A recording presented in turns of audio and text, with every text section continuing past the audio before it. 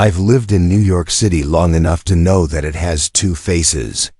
By day, it's alive, full of noise, ambition, and dreams clawing their way upward like vines on brick walls. By night, it's a place of shadows where loneliness seeps between the skyscrapers and makes a man question his place in the world. That's where my story begins, not with the city, but with Emily. We met 5 years ago at a mutual friend's rooftop party in Brooklyn. She wasn't the loudest in the crowd or the one dressed to turn heads, but somehow my eyes kept finding her. She had this quiet grace, the kind that draws you in without effort.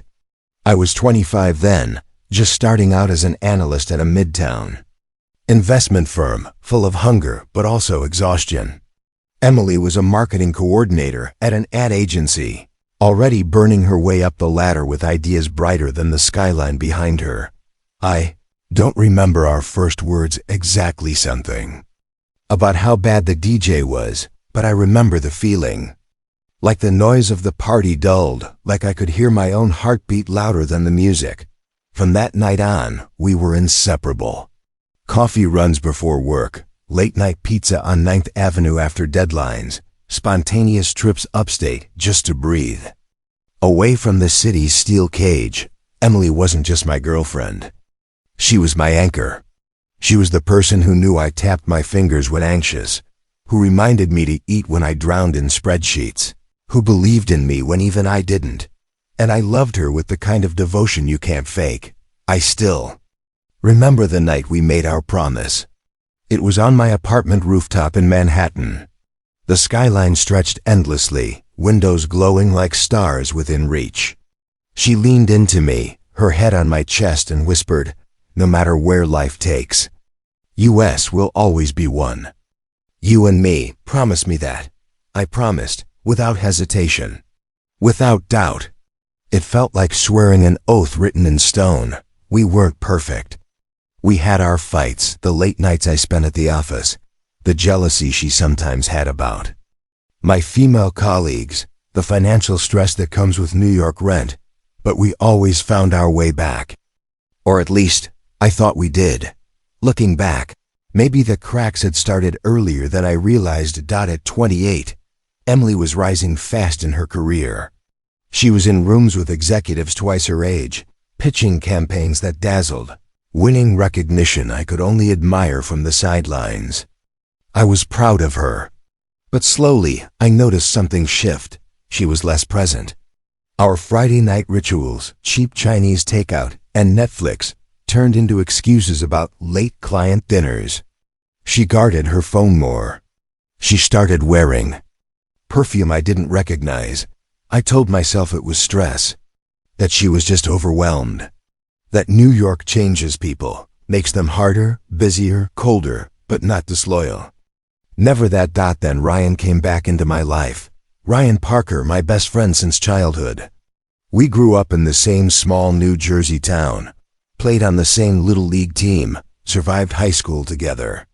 We drifted apart when I moved to the city, but when he got a tech job in Manhattan, it felt like fate was throwing me a gift. We reconnected instantly. Drinks after work, weekend basketball games, long conversations about how far we'd come from our suburban roots. He was still the same Ryan, charismatic, charming, the guy everyone gravitated to. And he loved Emily. Or so I thought, in the harmless, best friend's girl is like a sister kind of way. But then the little things began to gnaw at me. Emily laughed differently with him, freer. She leaned in closer. When Ryan was around, her phone disappeared into her bag. Her eyes lit up in ways I hadn't seen in months. I wanted to dismiss it as paranoia. But one night changed everything. It was late, close to midnight, when I finished a brutal day at the office. On impulse, I decided to surprise Emily. She had told me she was at a team dinner, but something in her tone had been off. So I hailed a cab and went to her apartment. The lights were on. I smiled at the thought of catching her still awake, maybe with wine in hand, ready to unwind. But when I reached her door, I froze. There were voices inside. Laughter. A man's Voice. Ryan single quotes S. My chest tightened. My first instinct was denial. Maybe they were just hanging out. Maybe I was overthinking. But then I heard her laugh, warm and unguarded, followed by the unmistakable creak of the couch, the soft thud of movement too close, too intimate. I couldn't bring myself to knock. My hands trembled against the doorknob, but my courage failed me. Instead, I turned away, my legs carrying me down the stairwell like I was fleeing a crime scene. Outside, the city pulsed with life, but to me it was silent, empty. The promise we made on my rooftop replayed in my head, cruel and mocking. We'll always be one. That night, something inside me cracked wide open. I confronted Emily the next morning. She didn't deny it. Her silence was the kind of confession words could never disguise. Her eyes filled, her lips parted, but nothing came out except a whisper. I didn't mean for this to happen. Didn't mean for this to happen. I laughed bitterly. You didn't mean to let my best friend into your bed? Into the life we built together? Tears streaked her face, but I couldn't feel pity. Not then. Ryan texted me that same day. Ethan, please let's talk. I never wanted to hurt you. I didn't reply. What was there to say? That he had taken the only person I ever loved? That he had destroyed not just my relationship, but every memory of brotherhood we had shared? I spiraled after that. Days bled into nights, whiskey bottles replaced meals. My apartment turned into a graveyard of empty glasses and unanswered calls. Work slipped. Friends stopped checking in. My mother called to ask if I was okay, and I lied through my teeth, but nothing dulled the image of Emily's smile when she looked at Ryan, a smile that used to be mine. Weeks later, I saw them together. It was at a cafe near Central Park, one Emily and I had once frequented after lazy Sunday walks. There they were, seated by the window, her hand resting lightly on his. She looked happy, whole. I stood outside, rain soaking through my coat, watching like a ghost.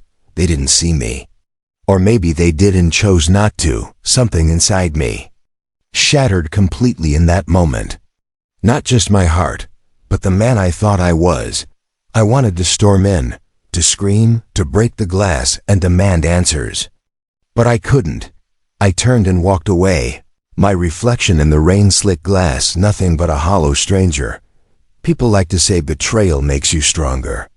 That pain shapes you, forces you to rebuild. But that's a lie. Betrayal doesn't forge you into steel that hollows you out. It leaves you questioning every memory, every word, every touch. It makes you doubt not just others, but yourself. Nights became unbearable. I'd lie awake staring at the ceiling, imagining them together. The rooftop where we made our promise haunted me. I went up there once, bottle in hand, staring out at the skyline, wondering if the city would even notice if I stepped off the edge, that it didn't matter that I didn't jump. The thought itself was enough to scar me. Months have passed since then. But the wound hasn't healed. Emily and Ryan are together. Now I hear it through mutual friends. See glimpses on social media I shouldn't look at, but do anyway. Each time, it cuts anew. I still walk the streets of New York, but it's different. Now, the city feels colder, harsher. Every corner carries a memory I can't escape. The cafe, the rooftop, the park bench where she first told me she loved me. I thought betrayal would end with anger, with closure, with a new chapter. But the truth is far darker. Betrayal doesn't end. It lingers. It claws at you in the quiet moments. It seeps into your bones. And sometimes, I wonder if that rooftop promise wasn't just a lie but a curse, because we promised to be one. And even though she chose another, a part of me still belongs to her. And that is the most disturbing betrayal of all, when you realize the person who destroyed you still owns the pieces. Thanks for watching. If you enjoyed this video, make sure to hit that like button, subscribe to the channel, and turn on notifications so you never miss an upload. Drop your thoughts in the comments below. I'd love to hear from you. Until next time, take care and stay inspired.